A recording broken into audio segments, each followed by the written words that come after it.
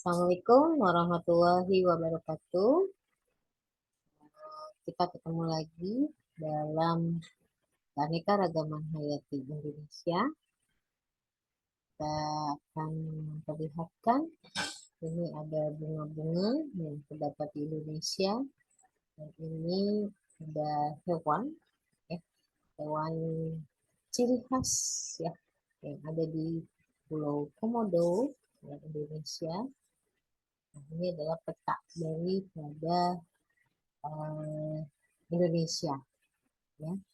Nah, dalam pembelajaran ini tujuannya yaitu menjelaskan karakteristik wilayah Indonesia berkaitan dengan penyebaran keanekaragaman hayati berdasarkan garis Wallace dan garis Weber, membedakan flora dan fauna pada wilayah penyebaran keanekaragaman hayati Indonesia, lalu mengidentifikasi berbagai keanekaragaman hayati flora dan fauna khas Indonesia yang terancam pelestariannya. Lalu yang terakhir, mengidentifikasi upaya pelestarian flora dan fauna pada wilayah penyebaran keanekaragaman hayati Indonesia. Nah, di sini saya punya pertanyaan, bagaimana karakteristik wilayah Indonesia?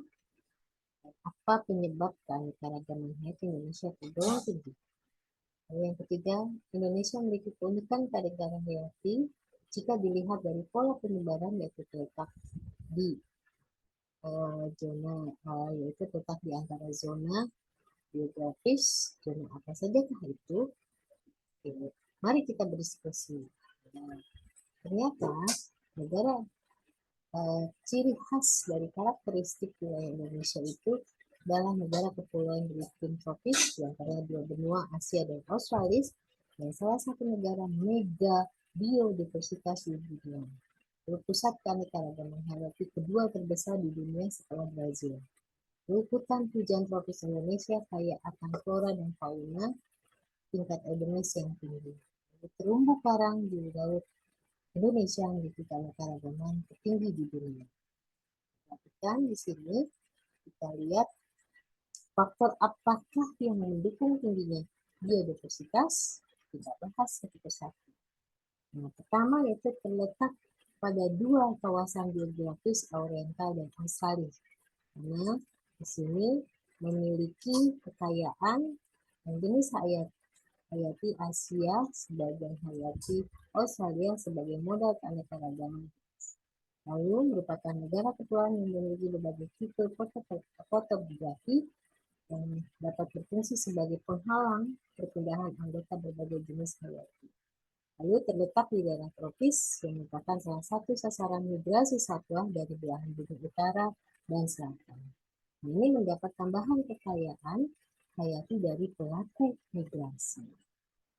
Keanekaragaman hayati Indonesia di sini memiliki kekayaan flora, fauna, dan mikroorganisme. Meskipun luas dari daratan Indonesia hanya 1,3% dari total daratan di dunia, namun Indonesia memiliki 464 spesies mamalia, 36% endemik, 121 spesies kupu-kupu, 44% adalah endemik. Kurang lebih 600 spesies reptilia dan 1.603 spesies burung, 28% endemik. 270 spesies amfibi dan memiliki sekitar 25.000 spesies tumbuhan berbunga. Nah, di sini penyebaran keanekaragaman hayati Indonesia, flora di Indonesia, hutan hujan tropis di Indonesia kaya akan berbagai jenis tumbuhan. Tumbuhan di Indonesia tergolong tumbuhan Malaysian, terdapat di beberapa daerah Sumatera, Kalimantan, Filipina, bagian utara. Contoh tumbuhannya adalah meranti, palem, dan salak. Beberapa daerah contoh tumbuhan endemik berbagai negara Indonesia, yaitu tumbuhan khas Malaysia yang menarik yaitu Rafflesia arnoldi, hanya ditemukan di Aceh dan Bengkulu, jadi sifatnya endemis. Papua, contohnya Ratusulus Rangilondo, Matoa, Diaplometia pinnata, Kalimantan kelompok meranti, Sorea, dan rotan, Calamus caeseus. Pulau Jawa, ciri khasnya adalah pohon jati, dengan Tectona grandis, lalu mahoni, Swietenia mahagoni, dan Cnarium comune. Contoh lain adalah salak, Salaka edulis, yang banyak tumbuhan di Yogyakarta, Bali, Banjarnegara, serta durian, Durio gibetinus, yang banyak tumbuh di daerah Pulau Jawa dan Sumatera. Penyebaran fauna secara geografis wilayah Indonesia dilewati garis Wallace dan Weber.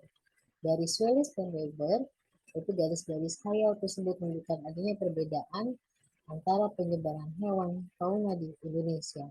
Daerah di sebelah barat garis Wallace meliputi Pulau Sumatera, Jawa, dan Kalimantan, memiliki berbagai jenis fauna oriental asiatis kayak gajah tapir, badak bercula satu, harimau Sumatera, orangutan, kera, bekantan, dan beruang madu.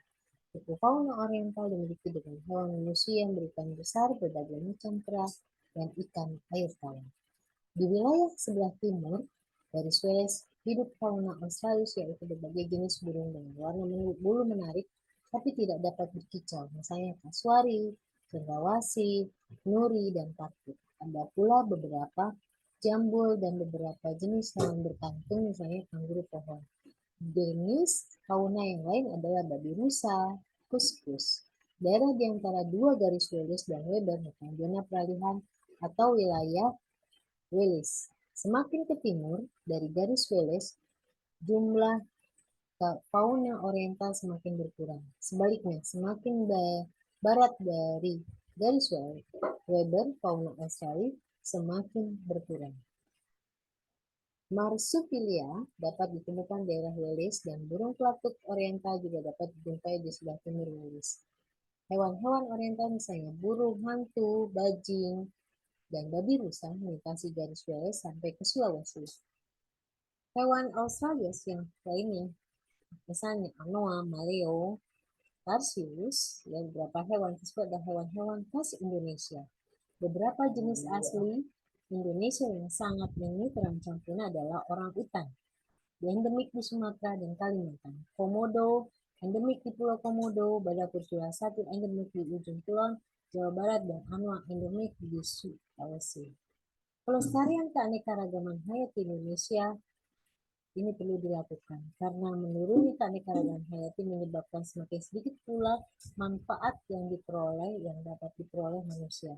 Menurunnya keanekaragaman hayati dapat dicegah dengan cara melakukan pelestarian konservasi keanekaragaman hayati.